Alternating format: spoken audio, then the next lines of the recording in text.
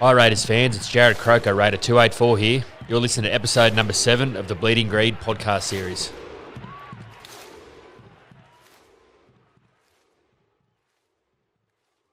Hi everyone, welcome to episode 10 of the Bleeding Green interviews, conducted in partnership with ACT Heritage and the ACT Government and of course the Canberra Raiders. My name's Adrian Constance, and before I continue I'd like to acknowledge the Ngunnawal people as traditional custodians of the land that this interview has been conducted on, and recognise any other people or families with connection to the lands of the ACT region. I acknowledge and respect their continuing culture and the contribution they make to the life of this city and this region. It's a place I'm very lucky enough to call home, and to support my favourite footy team, the Canberra Raiders. And I will endeavour to do both by respecting the land and the elders of the land. It is my great honour and pleasure to be conducting today's interview with Katrina Fanning.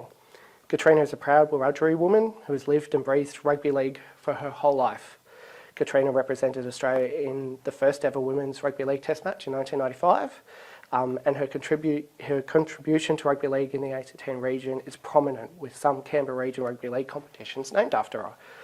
Katrina is also a current member of the Canberra Raiders Board of Directors, and she's also passionate about empowering Australians, particularly Aboriginal and Torres Strait Islander women. Today's Friday the 6th of September, just a couple of weeks after Katrina was inducted into the NRL Hall of Fame. I can't think of better timing to have a chat with you, Katrina. Welcome and thank you for your time. Thanks for having me. I'm even thrilled to be episode number 10, my favourite playing number. Indeed. So you grew up on Wurundjeri land, a large family in the 1970s and 80s. Tell us about that. Yeah, so a little town called Junee, really big family, sports mad town, rugby league mad town. A place where volunteering, helping each other out, both within our large community, but the town itself was really strong, really made you have a sense of purpose and connection, and really get through some really tough times, even as a kid, not knowing much about droughts or fires or any of those things. But you just knew when other people, needed a hand, everyone, got stuck in. And for me, that's, rugby league in a nutshell. That's when you're on the field with your mates, that's sort of how the game plays out. So I think from a really young age, family that weren't rich in dollar terms, but certainly in gatherings and looking after each other. And I can't think of a year at school there wasn't another cousin in a class or something like that. So really lucky, well supported, and had a great time. And because you were a Wurundjeri woman, and perhaps in a country town, was there a lot of racism at all, or did you and your mob find it difficult to interact and integrate? So I think my generation of family in particular, my sort of cousins group, was sort of in a bit of a sweet spot around those things. Mum and her siblings had to live out at a little place called Wannabadgery outside of town for quite a lot of their childhood, and sort of a little sort of reserve settlement there where they'd sign for blankets and rations and those sort of things. But by the time they then could move into town, so Mum would have been in the mid-70s now, so she was probably the last couple of years of school she could have done. And even in those days, if someone in town didn't want them to go to school, like most schools in New South Wales, they wouldn't be allowed to, and you see that in lots of other places, but Junee didn't have that. There was elements of it when we at different points that some of my family experienced, but not so much for me. And I think given that all my aunts and uncles were incredibly hard-working people and pretty talented at sport, they sort of fitted in to what was important in town. And it was a place that had a big railway sense. So it had a lot of different people coming and going. So the sort of locals looked after each other pretty well. So, and I think, build on the back of, particularly around rugby league, but other sports and other interactions my family had with the town, we certainly didn't experience what's been seen across much of the country. So I think for us, we grew up knowing what's possible and how people can work and play together and become families with each other and those sort of things. And that's really driven a lot of what we do to try and make that more possible for more Australians. I'm very glad to hear that. You mentioned rugby league in there. What's your first memory of rugby league? It would be Sunday afternoons as a really little kid. get the excitement of game day. If it was a home game, we didn't go to many away games, I think. At least they didn't take all us kids. How old were you? Oh, this would have been 5 or 6. Yep. You know, sort of just school age. Because I think we talk about it a bit. You know, Friday afternoons at school was all about the footy on the weekend. Sundays was a chip sandwich, hot chip sandwich, something cheap, fill us all up. And then getting down to the football, and to be honest, and this is watching the seniors, I can't remember watching junior football at that age, and actually not watching any of the football at all, just playing on a strip of grass alongside the main game, getting grass stains. Sometimes we had a football, sometimes we'd have an empty, plastic soft drink bottle or something that we used, and just, playing football for, there'd be 4 grades, so maybe 8 hours, just non-stop. Were you feet sore at the end of the day, kicking that plastic ball? No, you're just tossing it. Just got used to it. I don't know that I was much of a kicker, so I probably shied away from it. But and all just sort of kids coming and going out of the game. It was just like a marathon, and it was, it was one of those country towns where all the cars park facing the field, and we were playing along one side of it. So, if you wouldn't even know who was cheering for who, but you sort of felt like it was for you and that sort of stuff. So we got into the theatre of it all, and just that sort of real sense of coming together. And then it came to a point where you weren't playing on the side of the field, you were playing juniors on the field, yeah? How did that come about? And yeah, it's only a few years after that sort of age group, but the same sort of kids who were my size, the boys in particular. There wasn't many girls doing what I was doing. I just didn't notice that, to be perfectly honest, at that age. But they were struggling for numbers, and so I sort of decided, well, I could play. And we'd be down there watching other cousins play, people like Laurie Daly, Jason Lydon, some really good footballers. They were an age group that didn't get beat for 13 years, so we were probably a bit. I probably had a very unrealistic version of what football in a country town looks like when you have a team that dominates for so long and you've always got grand finals to go to. That's not always the case, but being a few years younger than them, it was for me, and so just wanting to be part of that, and everyone, the sense of pride people talked about with that, and I thought, well, I can tackle. I was tackling some of those kids at our own backyard, so went down and to a couple of trainings and sort of asked if I could play, and there was sort of no sort of direct answer. So it probably took about a third of the season before they were really short for players, and so tested the boundaries a bit about getting me registered. Mum wasn't all that happy. So why wasn't she happy? Look, I think she just thought it wasn't a place where girls played. She wasn't sure what people would think about it. A lot of our family were, really careful not to stand out, I guess, too much as well, and to, cause any issues, because things were pretty good for us. And so I just think it was more worried about what people would say. I don't think, because she'd seen us play in the backyard, she certainly wasn't worried about me getting hurt by kids my own age. She's probably more worried about the opposite, to be honest. I always thought playing, especially, we had 2 really harsh tin fences that was our sideline. So, you learnt really quickly how to use those in your tackling techniques and things as well. So, I think it was more just hadn't been done before, unheard of for girls to play any kind of contact sport and those sort of things. So, I think it was just the uncertainty. I mean, years later, she was, on sidelines at test matches, so she got over it, but yeah. And while you're waiting for that opportunity, was it a case of, they'll just go, not this week, Katrina, but maybe next week, and you were just biding the time? Training, and we're trying to work it out, and to be honest, the trainings were a couple of times a week, and that was, just as much fun too. You'd sort of do some skills for half the time, and the other time it was sort of an age group roughly like one, either just above you or just below you, and you get a game anyway. So, as a kid, you sort of didn't differentiate that too much.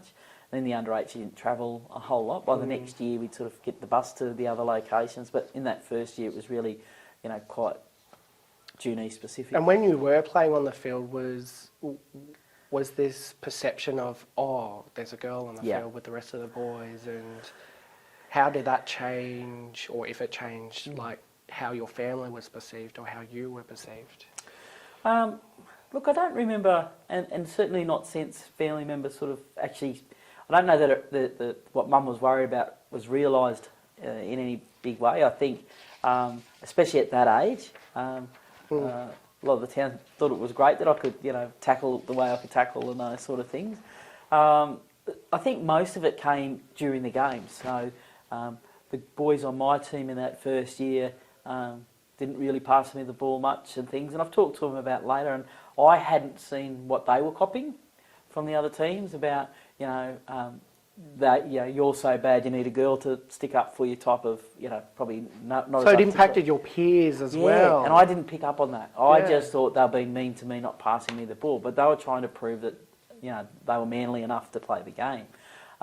Whereas the other kids, that was just. I mean, it did take them a little while to figure out, and I had probably some of the shortest hair on the team. So the other problem for some of the boys was if they, had a half a mullet or something, they might have got picked out as the girl to start with, and they were a bit sensitive about that, as an 8-year-old might be.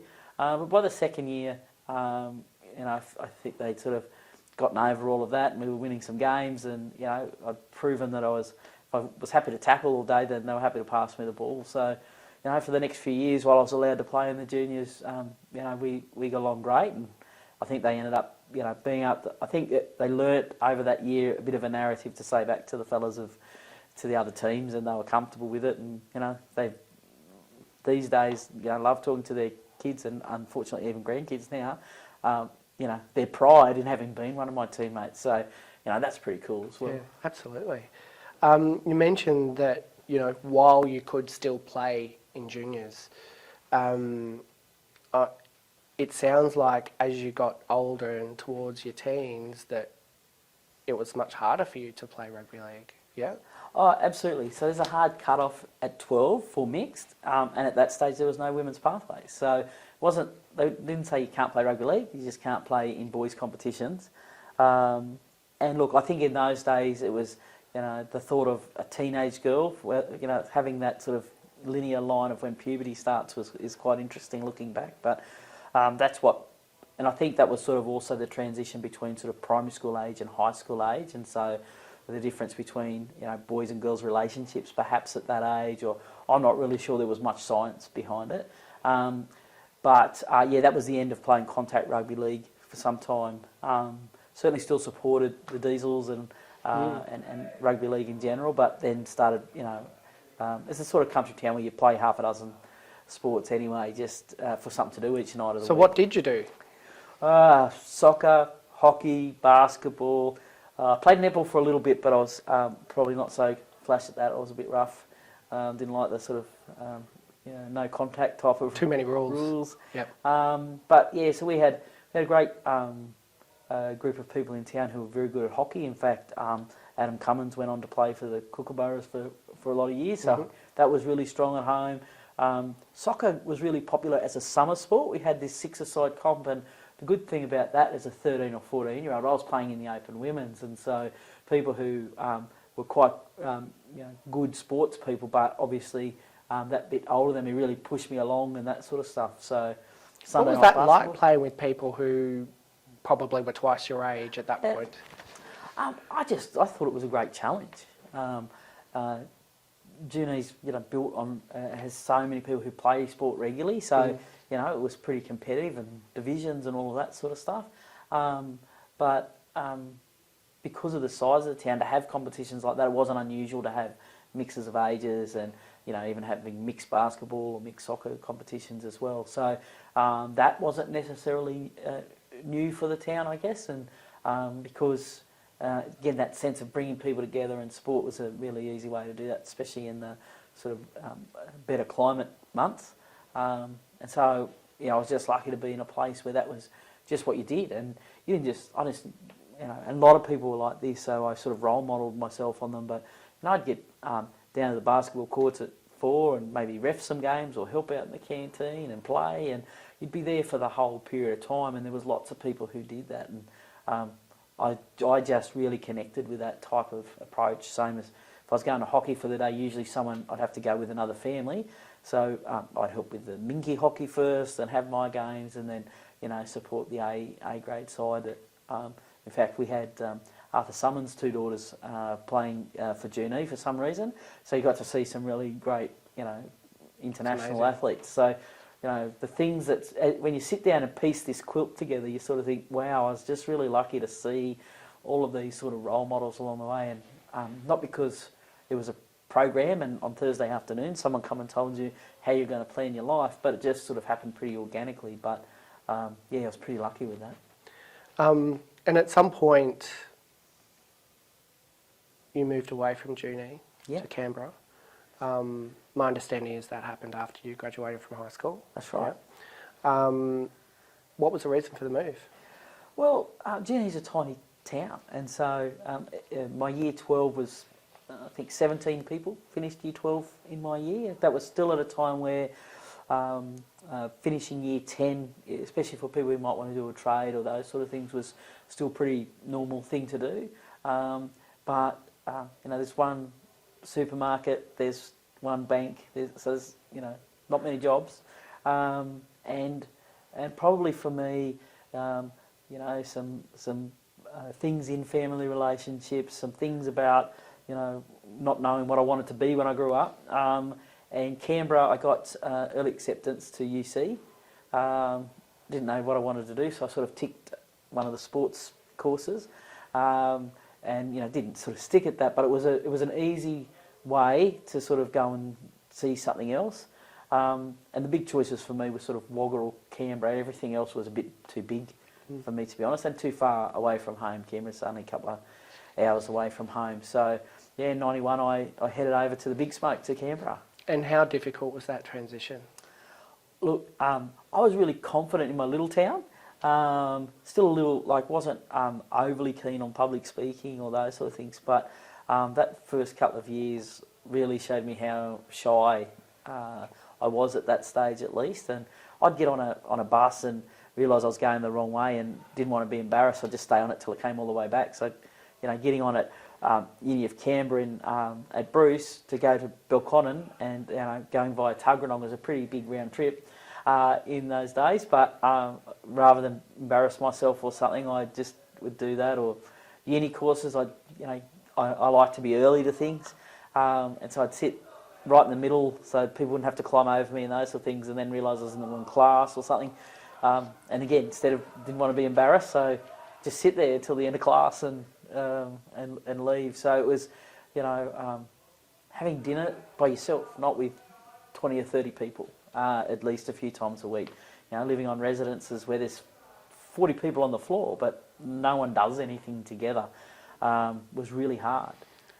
And I guess it made you value your upbringing Yeah. and the family and the friends that you had back in Junee, yeah? And that sense of, things are bigger than any one individual, and so when you have to spend time solo like that, it's not the hardest thing in the world to do, but it does make you, appreciate the things that perhaps I was taking for granted up until then, the just random going to an aunt or an uncle's house and, for 4 hours, this never-ending barbecue type of situation, and you sort of think, you're just with family again, and now you'd give anything for those sort of periods of time. So, it certainly helped me with that. It also was a bit, growing up in Junee, everything was about, Monday basketball or Tuesday soccer or things, and it was all of a sudden having to think a bit bigger and a bit longer term about, well, what do you want to be? What do you want to do? You're going to have to pay your own bills, Yeah. But you were busy, right? You were still playing all the sports in Canberra, right? Yeah, so I was playing, the first few years I was playing in the sort of top league women's soccer here in Canberra, and I represented ACT at the Nationals for a few years with that, which was really good, and got to play along and meet people that were just sort of elite at what they were doing, great people. And it was actually through sort of a social event where we overlapped with Women's Rugby League event that I even realised that Women's Rugby League was sort of up and running. But yeah, so we played soccer, a little bit of touch, even gave European handball a go. I quite like that game. It's Border polo on land, yes, yeah, I love it. it's awesome. Yeah. It was something that I think if I had found at a younger age, I might have focused in on, because I just find the sort of dynamics of it really interesting. Very good.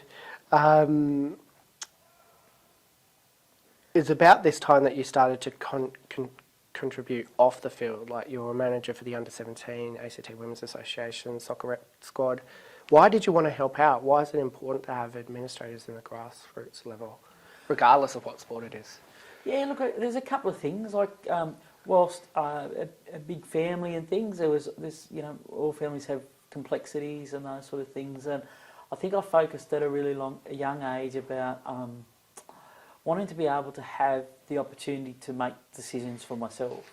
And once, and after a while, I realised that still relied on, in Year 12, teachers coming in early so that I could study what I wanted to study, or coaches and canteen people, because otherwise there's no money for your gear and those sort of things. So I really get a lot of satisfaction out of creating opportunities for other people and watching them, make of that as they want. So I like that the sense of teamwork and being around those sorts of things. So it just seemed like a natural extension of staying involved in the sport and helping out. And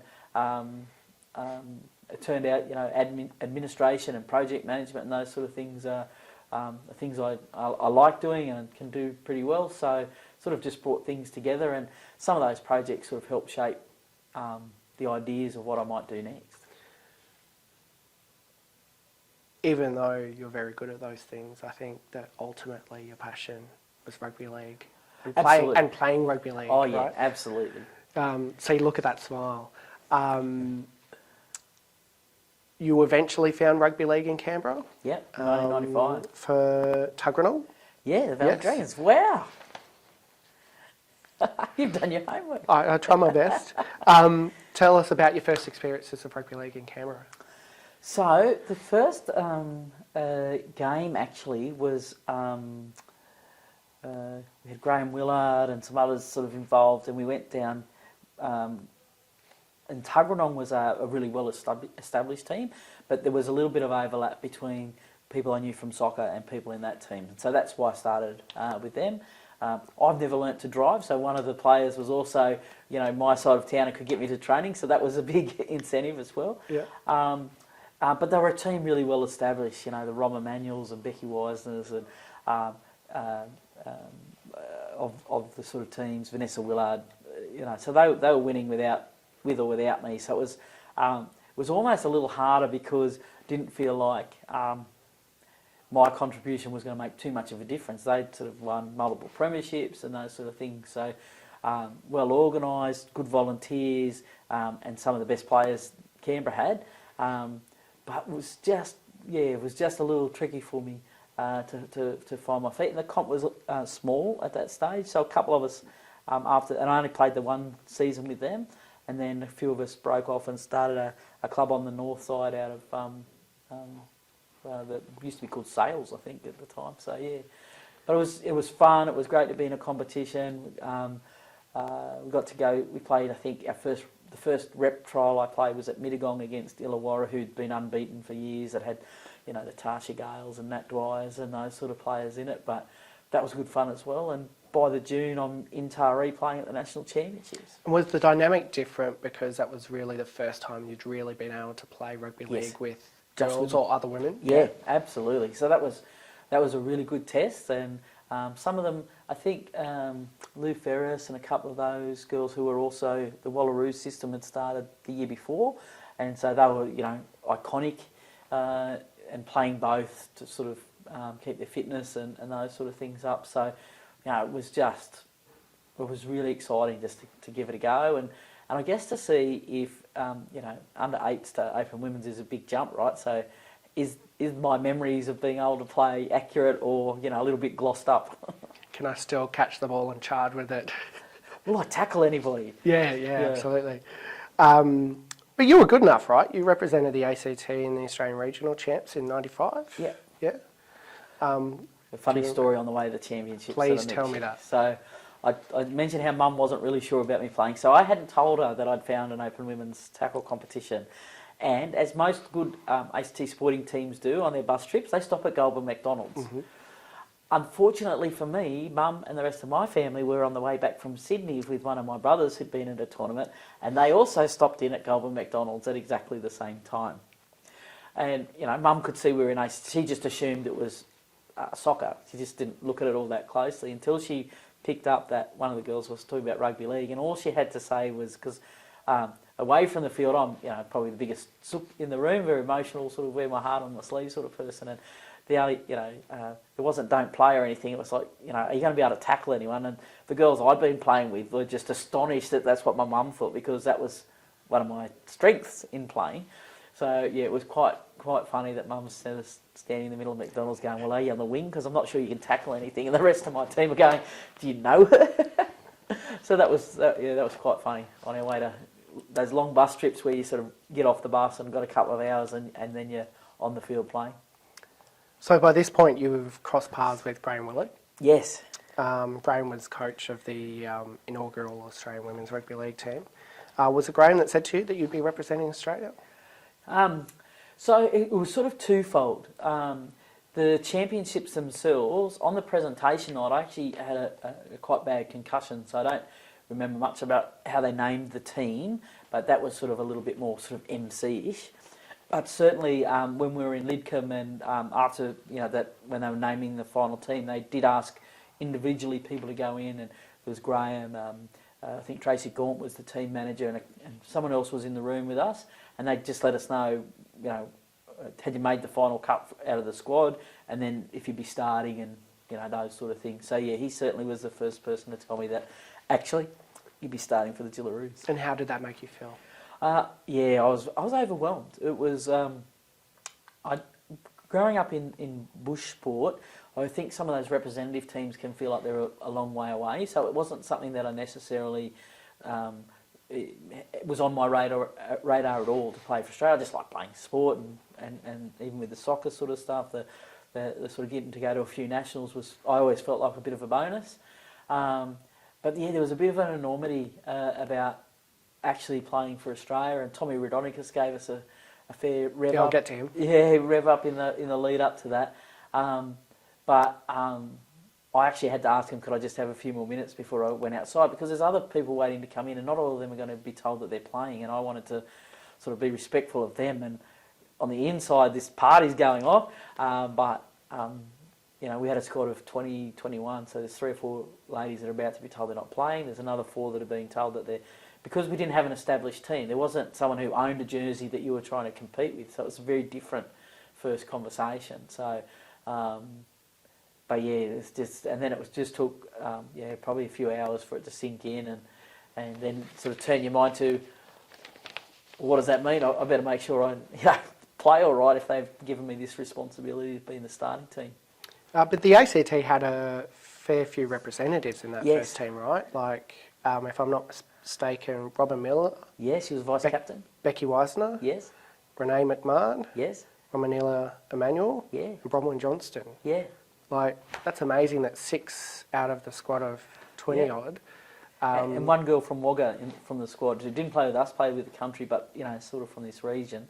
Yeah, that's a third of and all of them, I think, played in the first test as well, so made that final cut.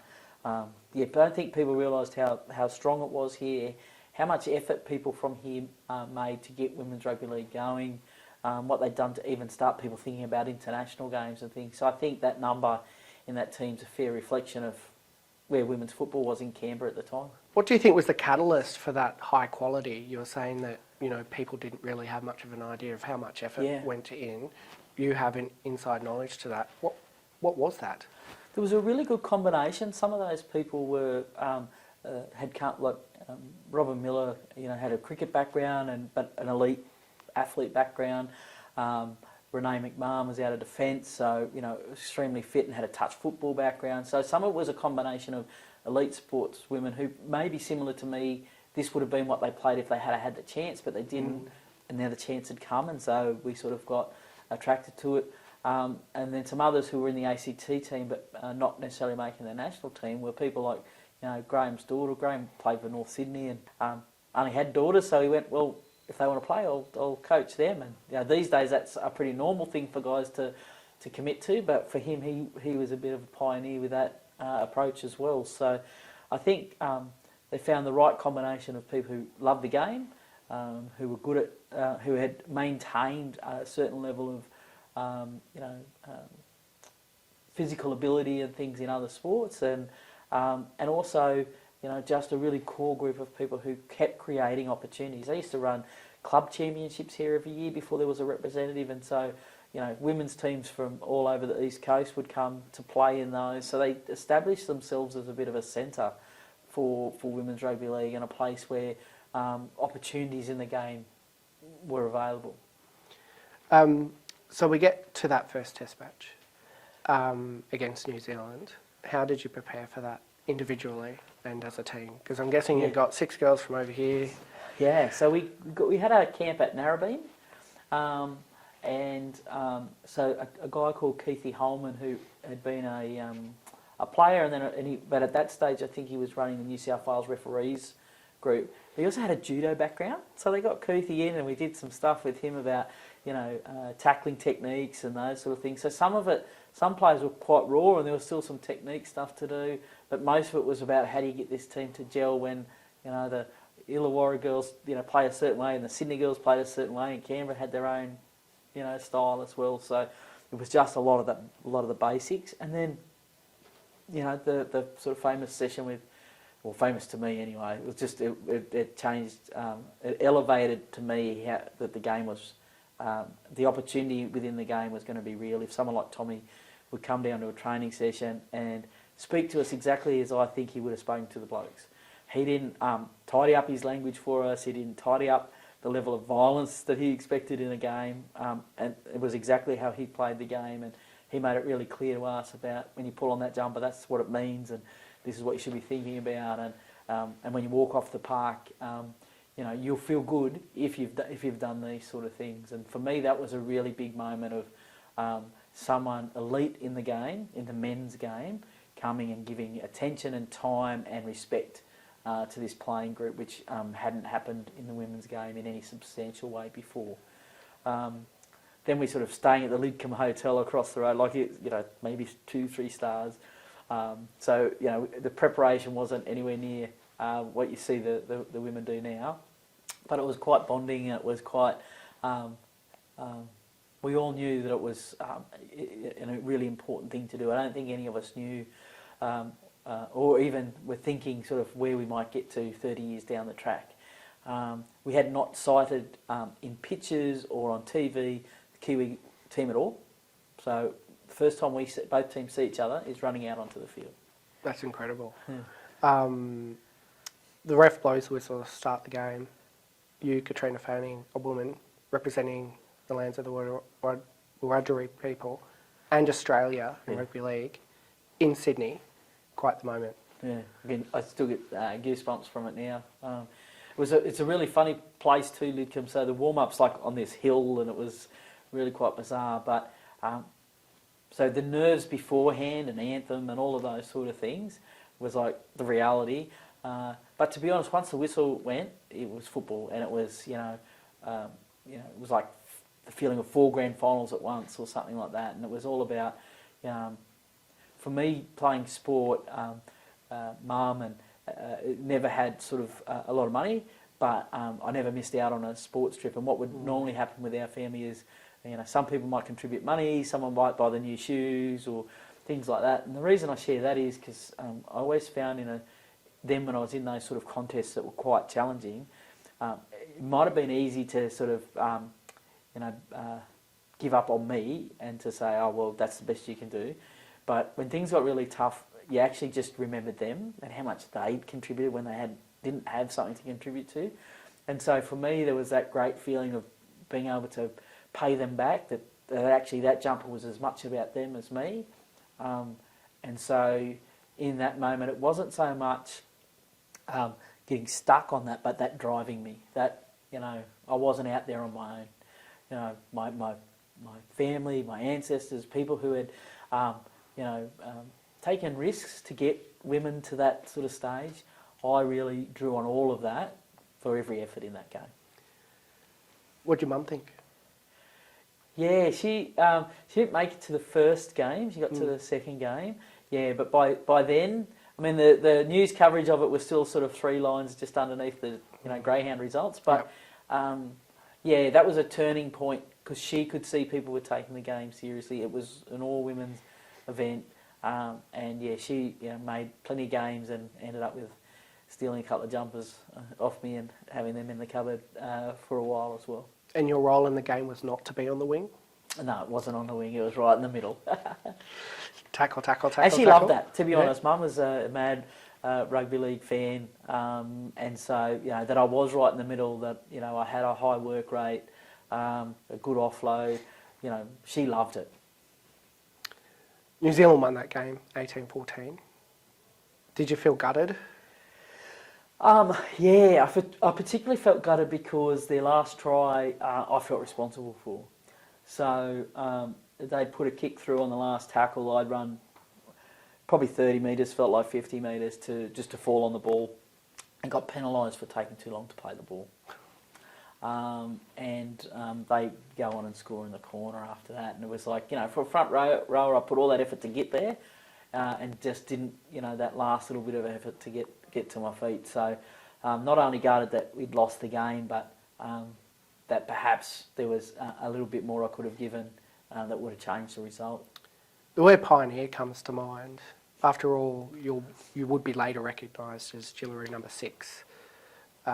Is pioneering what you thought you were doing at the time? It must have felt a bit funny after the game. You've played a game, you've represented your country, and then, it's over. Yeah. Yeah, I think there was still a bit of still caught up in it that it was a first. So there was excitement around it. But understanding being a pioneer, that certainly that language was not used. And like I said, probably because there was no media attention, anyone to give it that sort of narrative. I think we were reflective of the people that have been playing for a few decades in really hidden sort of competitions and those sort of things. So I think we felt like we'd actually paid them back rather than we were doing something for the forward years. And we still work really hard to sort of talk about that. The State of Origin has the sort of the links to Nellie O'Doherty, that game in the 20s. It was just phenomenal.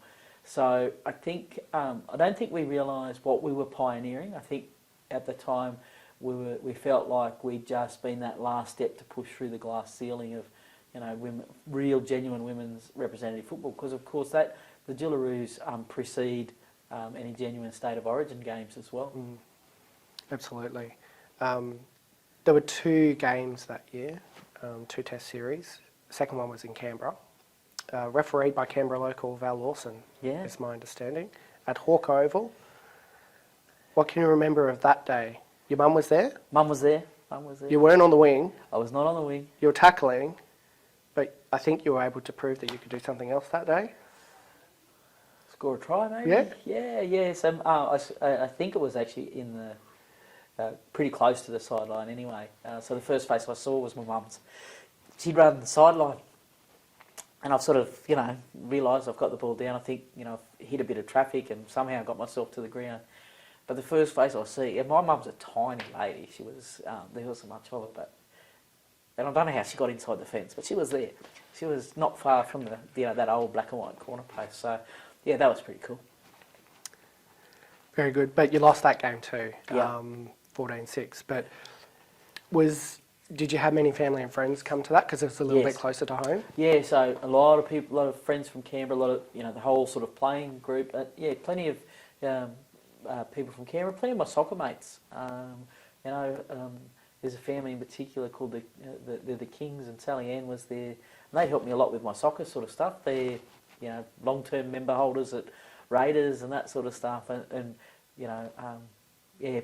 people who knew me in whatever sort of lane came along to sort of support that. And I think Canberra's exceptional at supporting women's sport regardless of what you're in. I think when we've had success, whether it's basketball, soccer, rugby league, the Union Girls, it's not been as big a step here to get people to come and support us. And so certainly that was tougher with family there and those sort of things. But but I felt that day, for me, that I genuinely had given everything I could in that game, and we'd finished the series, and really just thinking about what comes next. Like that can't be it. It's got to, we've got to have this locked in for as a regular thing. So I think really once that game was over, we started this starting to look at being on more committees and helping out a bit more around this not being a one-off, and how do we build this into something. And what did you do in order to do that? Joined the Canberra Women's Rugby League committee and started taking on some roles. Talked to my cousin Laurie a bit about how the men's game, how we might be able to sort of link with that a little bit better, and even getting him and some others sort of making some comments about the game. I was working with the ACT government, so spent a bit of time trying to understand how funding for women's sport and sports events worked. So really trying to think through all of the elements that contribute to that final piece, and knowing that if we just focused on having a big game every now and again, that wouldn't be enough. So really going back to how do we make the competition bigger here, how do we make the championships now more inclusive of the Queensland teams, just how to give more opportunity to people to be part of it. So we moved to 1996. Great Britain come out to Australia at this time, not New Zealand. What did you learn from the previous year that you were able to put in place for that series, if anything? Yeah, look, still didn't know anything about their squad, what the competition was like in Great Britain. But certainly our preparation, we expanded sort of the number of teams who'd gone to the Nationals and those sorts of things, and building on the sort of some of the base combinations that we've had, that we needed more than a couple of days in camp to sort of get ready and some of those sort of things. So, certainly took all those on board, but it was like the next adventure because it was still such an unknown. Yeah, and you did need to do a bit of training because in their warm-up games they smashed the Sydney Select side like 86-0 or something. Yes. And then against the ACT 36-0. You might have played in that one. Yeah, no, we didn't play in the midweek games. Yep. So, but I remember going to that game. I think it was on a Wednesday night, and sort of watching that. But again, that was sort of their. It was a chance to give some of their. We knew the girls that were playing in those midweek games weren't all playing on the test match, so we're thinking, so that's the B side. But then you were part of the Australian A side against Great Britain. That was also held at Phillip Oval. You had a bit of a hometown hero moment again, in my mind. You got bumped off the ball before scoring a hidden spin in the next play. Yeah. In front of family and friends again. Yeah, amazing. Right. A bit of luck there, but that was pretty good. The sort of grounds there. We're still sort of talking about playing on less than sort of optimal fields and things for test matches and things. But being able to do that at home, I still remember. It was the sort of as you sit in the stand, it was the bottom right hand corner on that one. That was a pretty good day, and managed to get another try. And the next step was... before I move on, Australia did lose both those games. Yeah. So still winless as a test player. But then we moved to future years, 97, 98. You went on tours to New Zealand and Fiji, yeah? Yeah. How did you prepare for those? Was it different? You're now travelling much further. Yeah. So I didn't actually play in Fiji. Yep. I didn't end up making it there, but the New Zealand tour was a fantastic experience for me for a few reasons. We actually stayed quite a bit in Marais with Maori communities, which partly was because it was cost effective, but for me, and there's probably 5 or 6 other Aboriginal or Torres Strait Islander women in the team by now, the cultural exchange and things was enormous. We got to play some warm-up matches in Hawke's Bay, and we hadn't been able to do that as a team before.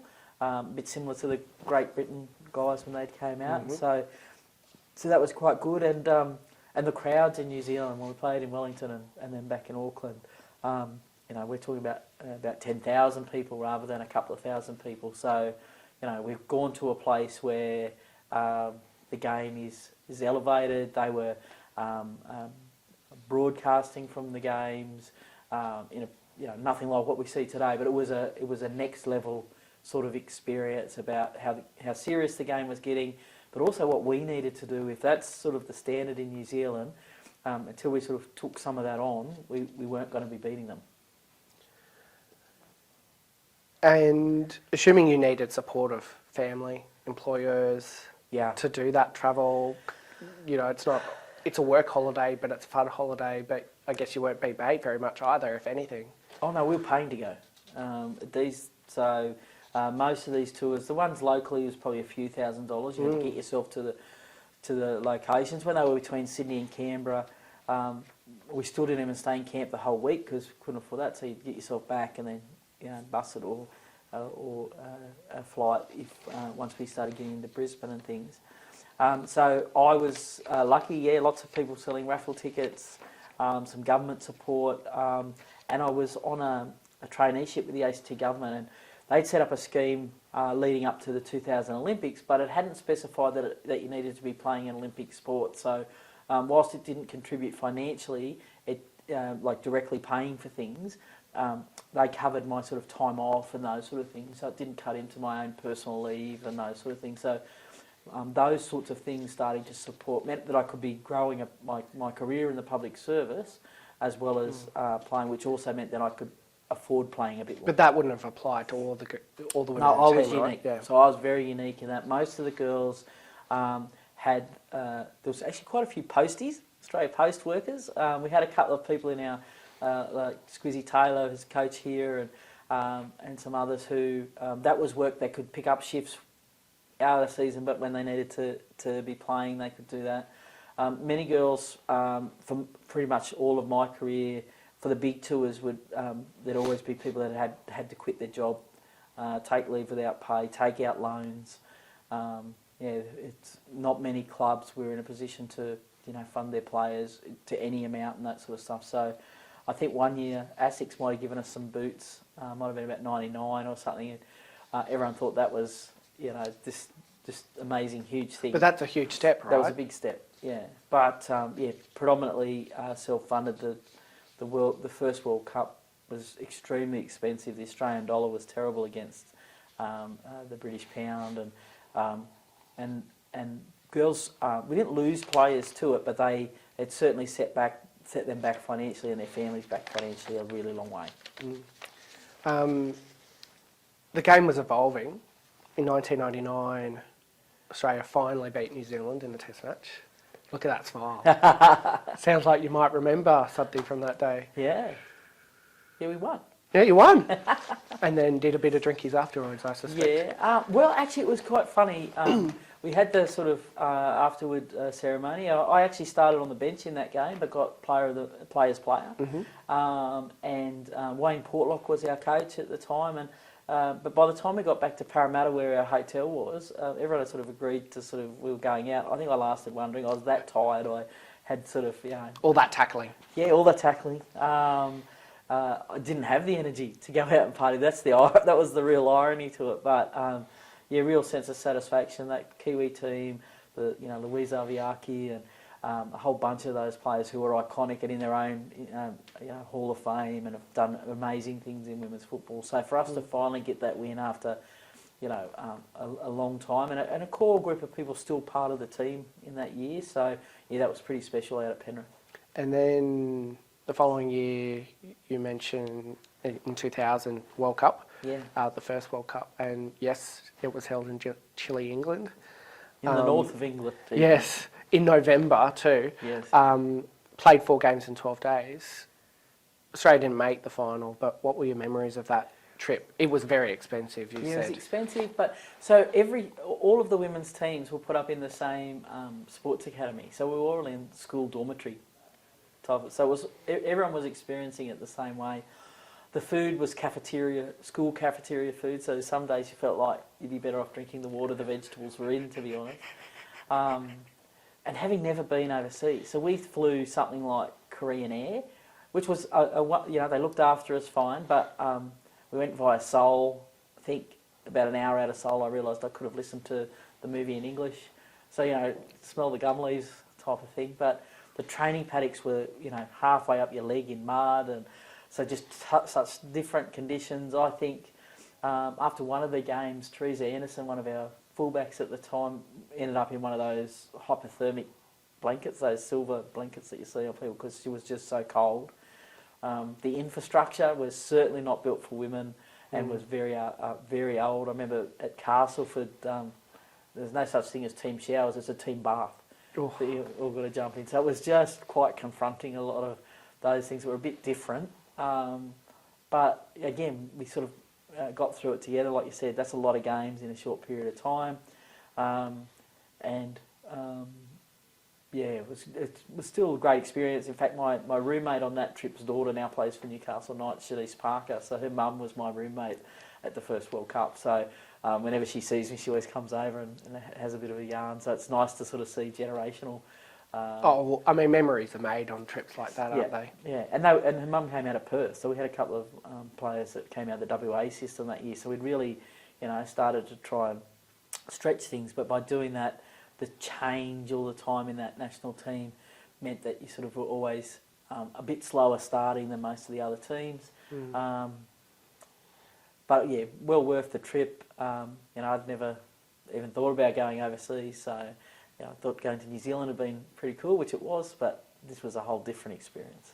And there was another World Cup just a few years later, and there were 9 women's teams instead of the 3 or 4 that were in 2000. So the international games all of a sudden growing. Yes. What do you think the state of the women's game was at that time? So that's really interesting. At that stage, we still didn't come under the Australian Rugby League. We still had Australian Women's Rugby League. And one of the things I remember from that tour, our team was so poor at some stage. I think the Cook Islands put on a dinner for us. One of the other teams who had an Auckland-based support group also did a few things to sort of help us through it.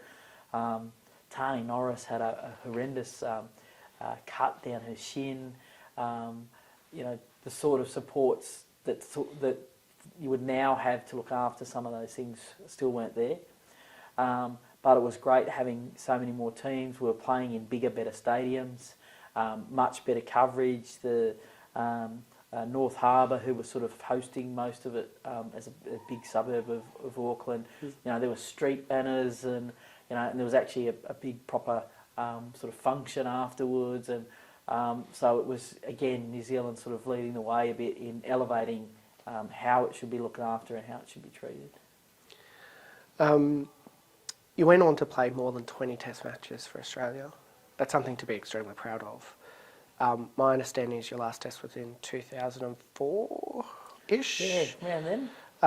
Because I think whilst they picked merit sides in the next year or two, I don't think there was any tests scheduled, so that's probably about right. Yeah. What triggered retirement? I sort of, when I was sort of researching, there was a 3-year gap between the 2004 Test and Australia didn't play another Test match until 2007. Was it a case of come 2007 you just weren't willing to put the boots on again? The bones were starting to say I can't tackle so much? No, I was still playing, but by then I was a senior executive in the public service, and so splitting the time between the footy, training and travel and work. About that time, I was in Centrelink looking after Indigenous services, and at that time the government introduced its policy in the Northern Territory for emergency response. I felt that my time and what I can contribute to Australia was better served doing that job well than playing football. So I still turned up at a couple of nationals and things, but was well off the pace and those sort of things, and so that's sort of where careers started. And I was getting on by then, where the pull to do make a different type of contribution was much stronger by then. And I did a secondment to New Zealand in 2008, so I played with a local club there. That was my last sort of season of playing altogether. But then career and sort of other community contributions and still contributions to football, just not as a player.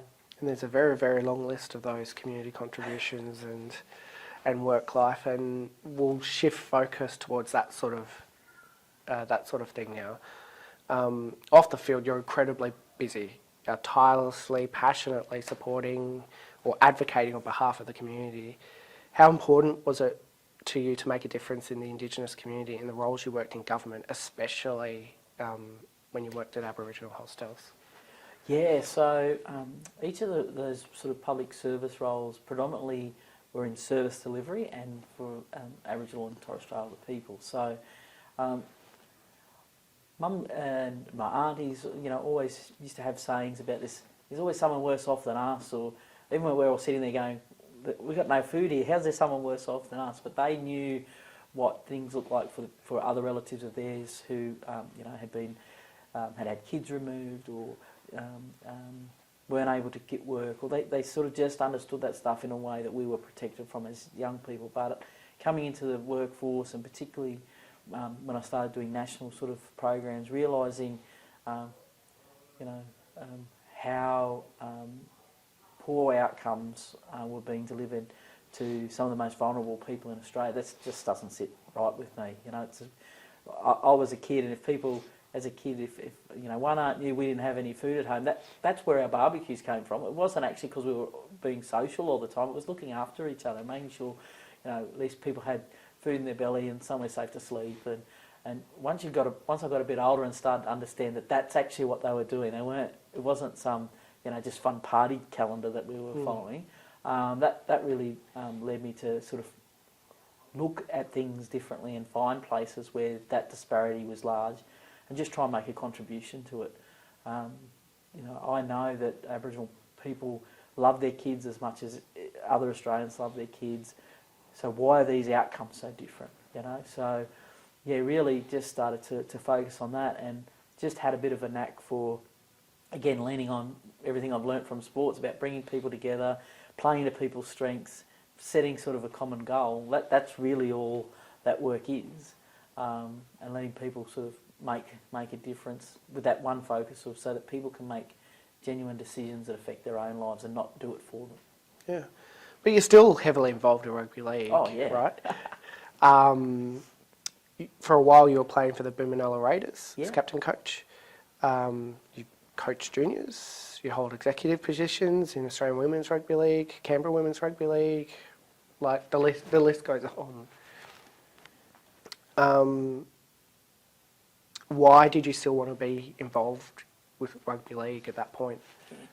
Look, rugby league helped me change my life, helped me get focus to my life, and I just wanted to, give back to a game that gave me so many opportunities. I love seeing people get involved in the game, whether it's as a player or not, and just feel a sense of belonging, feel that sense of community that I felt as a 5-year-old going to the footy on a Sunday afternoon. For people to not feel isolated or lost, to feel connected to something.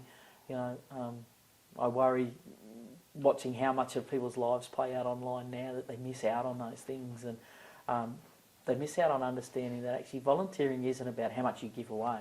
You actually get so much back from it, that connection to people and that sense of achievement, not necessarily winning premierships, although that's a lot of fun, but just being a place where people can come and be themselves and be their best. And I just think rugby league does that better than most. You have a look at the field, you can't have 13 halfbacks, you wouldn't win a game. You can't have 13 front rowers, you wouldn't win a game. But the right mix of all those different types of people, and you win games. Well, that's your community as well. And the more that we see our community's strengths and lean in and let people help, but also help when you can, the better. So I sort of don't see a huge difference between the two. Rugby league is something that you can turn up at a paddock somewhere and have something that's not even a ball and turn it into one and play and make fun of it. So doesn't exclude people just because they don't have much money in their pocket or how they look, or it's great to see things like the wheelchair rugby league guys. I love the Score Raiders. That's all the same thing. It's all about how do we provide a place for people to come and live their best lives and contribute and be part of something. And all this volunteering and the passion that you have in helping the community led to some recognition, right? So 2014, you were Canberra Woman of the Year. ACT NAIDOC Person of the Year. In 2015, you received a Public Service Medal. I think that's fair recognition to you. Yeah. The Public Service Medal one I'm particularly proud of because it came from my work at Aboriginal hostels, and it's, it provides a few thousand beds a night to people who are homeless, need medical support, or kids who come from remote communities that don't have a high school. And so being able to work in that organisation and especially for a tremendous leader in her own right, Joy Savage, and to turn around some of the outcomes there, people who are, have to be there because they're on dialysis or whatever, making it affordable, safe, and better. I'm really proud of the work that we did there and the people that we worked with. So I guess one of the ultimate honours is having a Canberra Regional Rugby League competition named in your honour, the Katrina Fanning Shield. How did that come about? Look, they'd been around the end of my playing time. There was probably not just because I stopped volunteering at the time, but there was a few of us about the same era, and we were tired. And so sort of the next group of people to sort of take it over probably didn't have that same amount of energy or time for it, and so the competition here suffered for a little while. Then the Canberra Regional Rugby League, sort of aligning with the Women's Rugby League coming in under the ARL as well, took a much more active role in getting things up and running and getting stuff. And I think then they got to a point where, they just wanted the competition's getting back on track and those sort of things, and they made a decision that it needed a name. The others have got a name. Look, maybe I'm just the person who's hung around the longest and loudest. And they've recognised with other medals and things towards the comp with Graham and Kath Welsh and Marie Bush and things. So I probably would have felt much less comfortable if there weren't a few more people sort of included in that recognition. To be honest, I still find it a little bit awkward going to things. I'll go on Sunday to the finals, but Bortho and the team in here, they've learnt to call it KFS, or I sort of, and it's not meant for any disrespect. It's just it's a little overwhelming, to be honest. It's such a significant thing, and to have your name on it, sometimes I sort of always a bit like, oh, should it have been someone else? Am I the right person? But to see what they're doing with the competition, the pathways for young women and things, it's an incredible honour to have my name attached to that. So I'll always be really grateful. Those pathways are really important, right? Like the Canberra Raiders Valkyrie program, which I'm guessing you're pretty heavily involved in. Did you want to talk a little bit more about that? So it's interesting. By the time the Valkyrie program's written, not as involved as people might think. And I think that's a sign of having done the early yard so well that actually it's being built in to the way design of pathway programs is. So that's not to say the team here didn't come and sort of talk about it a bit, but actually they doing that as business as usual. It's not any longer those early years of having to stand outside the building and advocate and just sort of keep turning up and hoping. It's actually quite the opposite now, that the game itself at all levels sees this as not a social thing to do, but it's part of business. It's great participation numbers. It's great for the game, and so they, Mark Vigano and some of the others in his team, he came with a good focus on women's sport and prioritised it. So I don't want to take too much credit for that plan. I'll show up and help out where I can, but it's actually for me the best sign of it for at least for this region is that it's built into the way that they do things, and it doesn't need one or two voices to keep reminding them. It's actually part of business. And I want to quickly touch on the KFC, the Katrina Fanning Cup, which is a schools competition. Yeah. But it must be rewarding to have your name attached to a competition that's about the stars of tomorrow. And it's what I really like about that competition from the New South Wales Rugby League is it gets to towns where girls will be that don't necessarily have enough for a team, so they still get a chance to participate. So in the regional days, they do have a knockout competition attached to it, but you could come from Junee and be the only girl that wants to play and still get a game. And so that's what I really like, that from every age. You know, this primary school, one of the primary school finals in the first year was one of the Wagga schools, and I was just stoked. You know, that was so close to home. Would have been better if it was Junee, but Of course. But just to see these opportunities for regional bush football kids as well, so I can see the momentum building in the city. You know, growing up in Junee and seeing even for our boys teams how much harder the path was for them, and just to be able to help a little bit in just saying to the girls, if this is something you want to do, there's a pathway. They do clinics with coaches while they're out there, so it's a really nice program that's not just about the sort of who won on the day, but growing the game right across the state. The 8th of September 2018. My understanding is that you were with 17,000 other people at ANZ Stadium, now Accor Stadium in Sydney, for the first NRLW game between Sydney Roosters and New Zealand Warriors. What were you feeling that day? Oh, wow. I was sitting there with Mary, who runs a Ladies Who League online process, and Helen Wood-Grant, who I'd met years before. Her husband had been the commission chair for the ARL, but has been a tireless advocate in the background of this. And the three of us sat together for that game in a fairly empty sort of part of the stadium. But I cried, but I was smiling. It was just this. It was this amazing day of something well beyond. You know, we were fighting for survival, sort of in my efforts, but it just felt like such a substantial change for the game. A place that we would never come back from, that would only grow and grow, and to see women's rugby league in a premiership format at the highest level just was really, really amazing experience. And just sit there and think, you know, you've played a small role but contributed to it was, you know, pretty special. Body allowing you, did you want to be out there? Look, to tackle?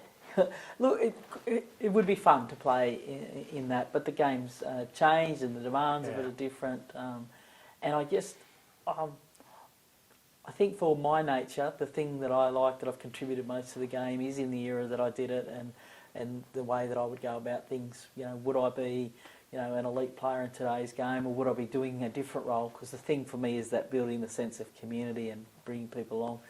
Maybe who knows? But the things I really like, I got to do at the time where the game needed it, and I have nothing but admiration for the athletes that we've got now, and the remarkable job they're doing at understanding the legacy but building the next one. So not really the urge to run out there, just a really sense of pride, and I don't get ambition and ability mixed up so much anymore. Very good. Also in 2018, you were involved in arranging the first ever women's Maori All-Stars versus Indigenous All-Stars. Yeah. You talked much earlier about the cultural exchange. I guess that just takes that to the next level, right? Yeah, so look, my role with the Indigenous Council has been for about 12 years now, and they tried a few different concepts, and whilst it was a feel-good sort of event, it didn't really, I guess, give people that sense of connection to being an Australian and Indigenous culture, and the opportunity for a New Zealand team where Maori culture is maybe a little bit more well understood in a broader community sense was incredibly important. And so the opportunity to bring, to change the All-Stars concept to that, certainly commercially made sense, because people would pick a team a little bit better than we'd experienced before, but that it now showcases Indigenous excellence. And to be honest, I think it's the same for Maori, where too much of the media is about the things that we're not doing well at, or that people would see as a disadvantage. So to show over representation from a strengths point of view was really important. And it also reflects that between Pacifica Maori and Aboriginal Torres Strait Islander Australians is 40-50% of participation numbers. So it's not we're not small numbers when it comes to who wants to play the game and who's good at playing the game. So it was sort of a great combination of all of those things. And we ask a lot of players, and they leave home really early in their lives and those sort of things. So it just feels like a week of activity where we're able to give back a little bit to them, and especially on things of cultural connection and where they're from, and the things that are important to their sort of to their DNA, that they get the opportunity to spend a little bit of time on that as well. So I'm really proud of being part of the group that sort of has helped move the All Stars to where it is now. That's really good. And then the following year in 2019, you were appointed, just the third woman to be appointed on the Raiders Board of Directors. What were your considerations when you were invited to join? Yeah, so I mean it's interesting because only the third is how Canberrans would look at a board, I guess. Whereas other NRL clubs, that's a huge number. They've done a great job here with the skills matrix that's needed on a board. Wasn't a hidden concept to the board that I would have a focus on an NRLW program and pathway and those sort of things, and that was welcome. But they also been very respectful, the whole organisation, of me as a rugby league player, not just in the women's game and those sort of things. I love that the Raiders and Canberra Regional Rugby League does think, to the coast, out to the Riverina, which is country for me and communities that I'm really passionate about. So it's a well-run organisation, it has a stable board, so all of the things that you would consider, and it has a really good, young juniors participation base. So all the things I love about football. So yeah, it was an incredible opportunity. There was a lot to love about football that year. Yes. It was a special year for the club, reaching its first grand final in 25 years, ending in heartbreak that we shall not talk about. How did you see it from your position at the club? So look, it's an interesting time to learn about a club when everything's going so well, and so without the pressure of how we're performing or commercially, all those things, as you're charging towards a grand final, those things are all actually okay. So it actually gave me a really good chance to build relationships with other board members, the fantastic staff that the Raiders have, to learn sort of, ultimately that's the goal, is to have those sort of years. So what did that look like? And then, of course, to have such a tough last 10 minutes of a season, it also showed me a lot about the character of the place and how people responded to that.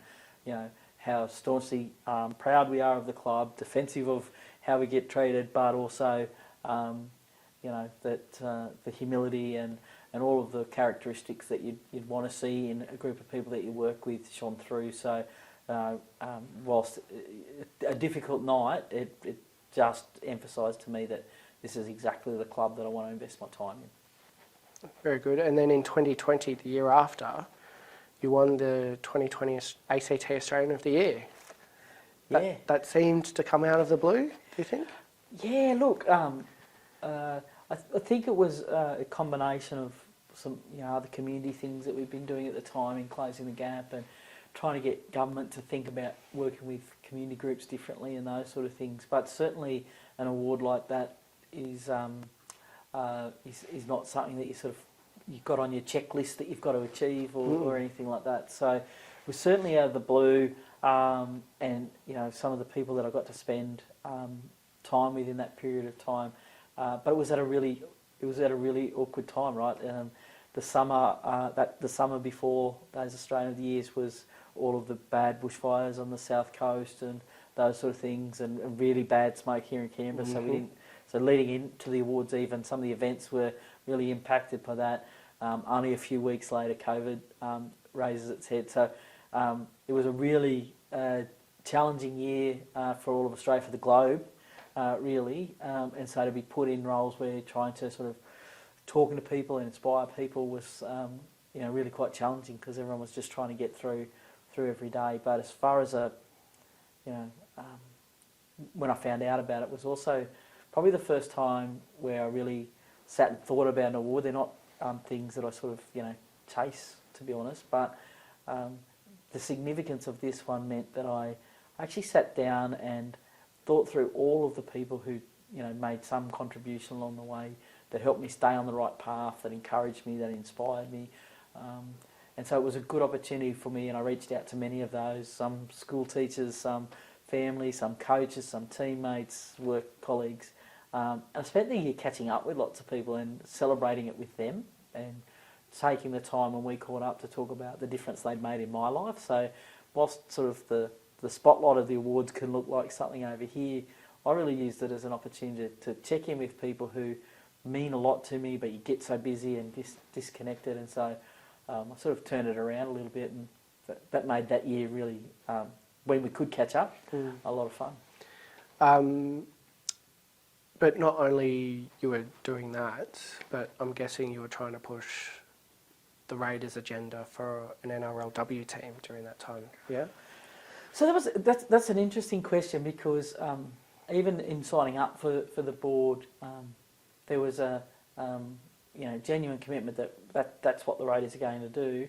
That's when things like the Valkyrie plan came through, and wanting to do it at the right time and pace for it to be sustainable, and with a very short runway of how long before it's juniors that are coming through and filling significant number of positions in the team and those sort of things. So that year really was a challenge of,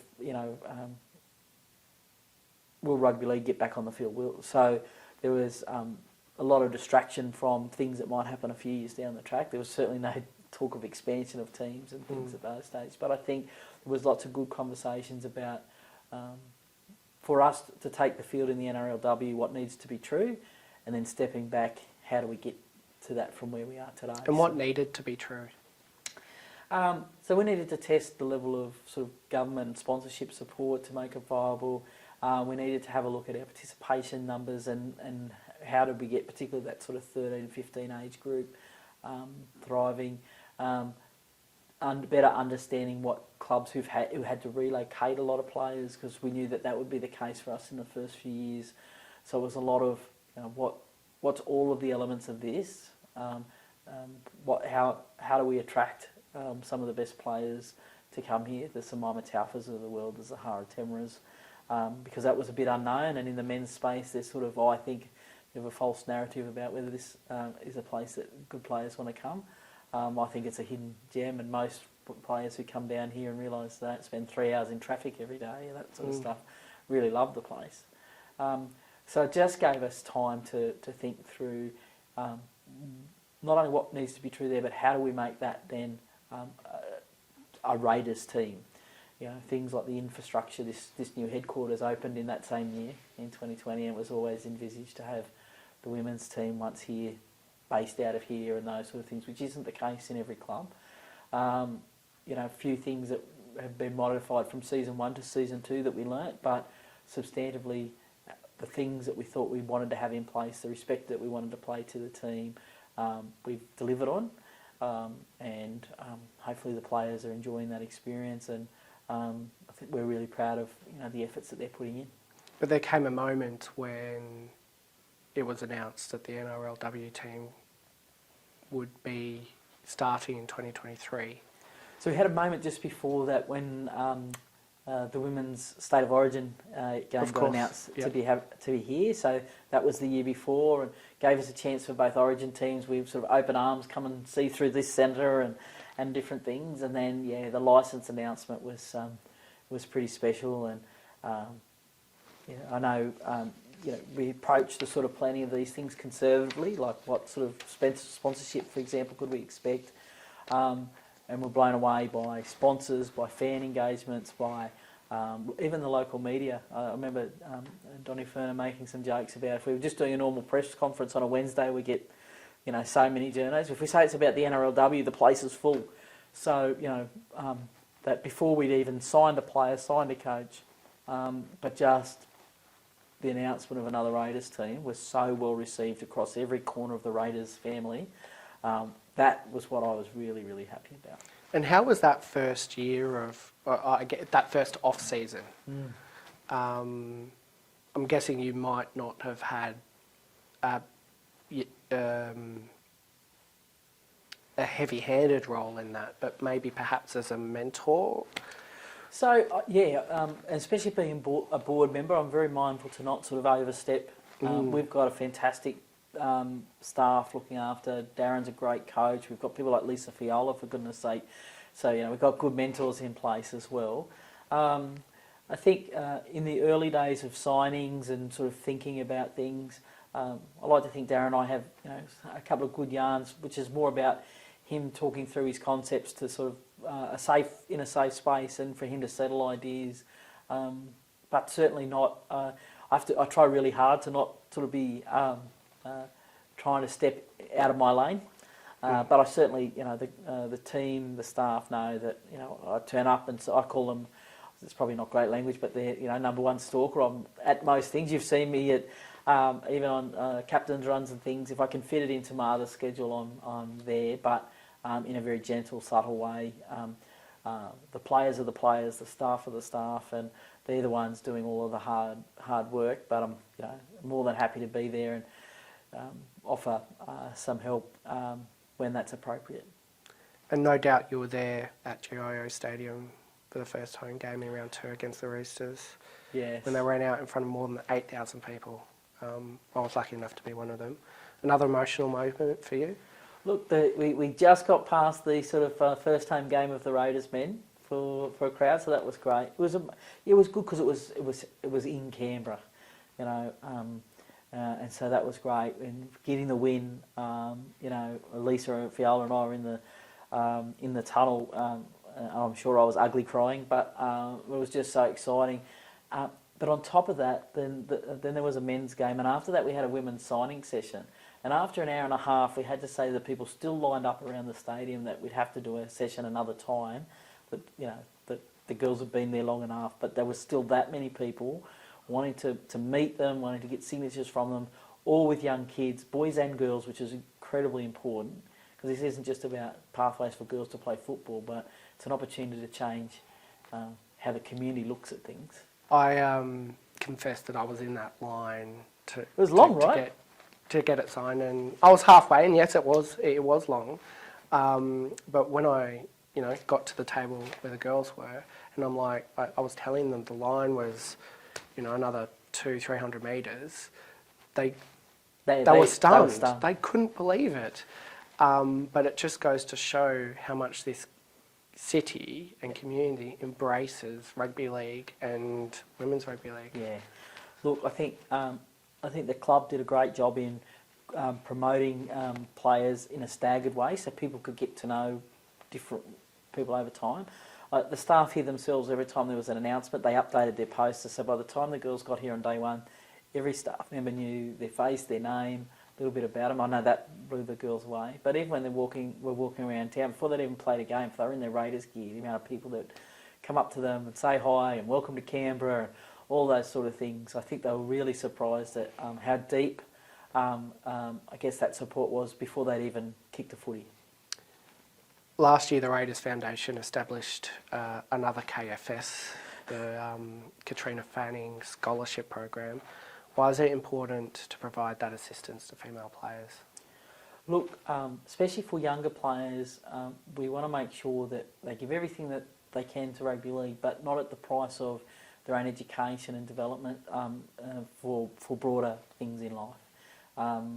We're still not at a stage where people are going to be doing this full time, and even if they are, you're not going to be doing it for your whole working life. And so it's really important to make sure we give them some support to be able to, especially in that education space, to achieve those goals as well. And I'm just grateful that the foundation's been able to put that money aside consistently, and I think it also shows players and potential players about our commitment to hold people, not just as long as you get some results on the field, that's all we care about.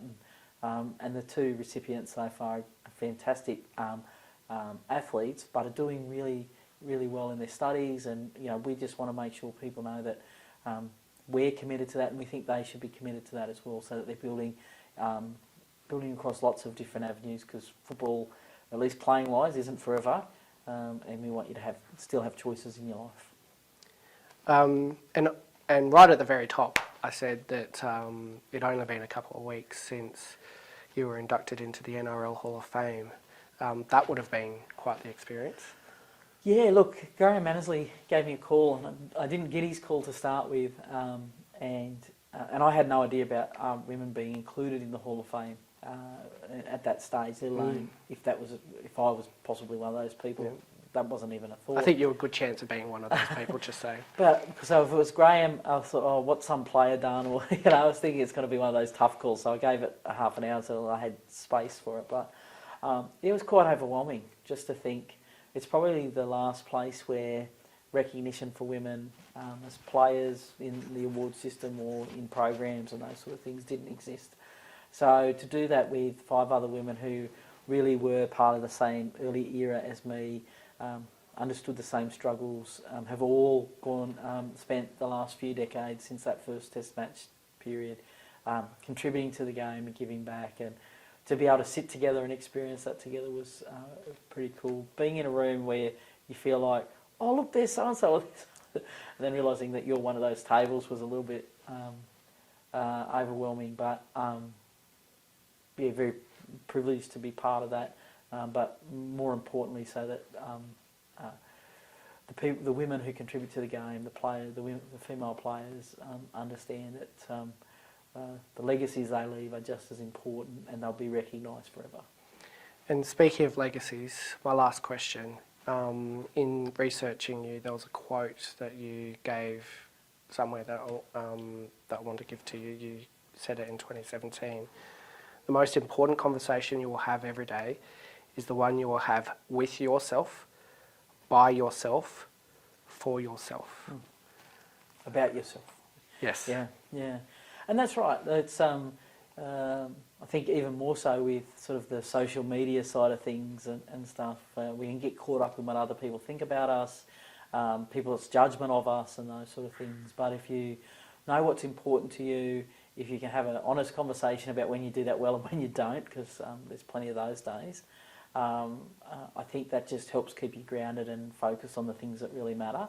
I think it also helps you to ride out the highs and the lows in a more manageable way, because you can get a pile on from people who, you wouldn't ask for advice on anything, but all of a sudden their opinion is impacting you in an extreme way. So I still think that holds true, that each day, if you can reflect on how you passed through the day, how you impacted others in the day, did you focus on the things that are important to you? If you make some time for that, then you'll probably be on a pretty good path, regardless of whether that has national focus or just helps the people that you've spoken to in the day. Doesn't really matter. I think it's an important way for us to all think about life and to be able to just keep improving, because we've all got that in us. Katrina, it has been an absolute pleasure and an honour. Thank you very much for participating in the Bleeding Green interviews. Thanks so much. Canberra Raiders respect and honour the traditional custodians of the land and pay our respects to their elders, past, present and future. We acknowledge the stories, traditions and living cultures of Aboriginal and Torres Strait Islander peoples on the land we meet, gather and play on.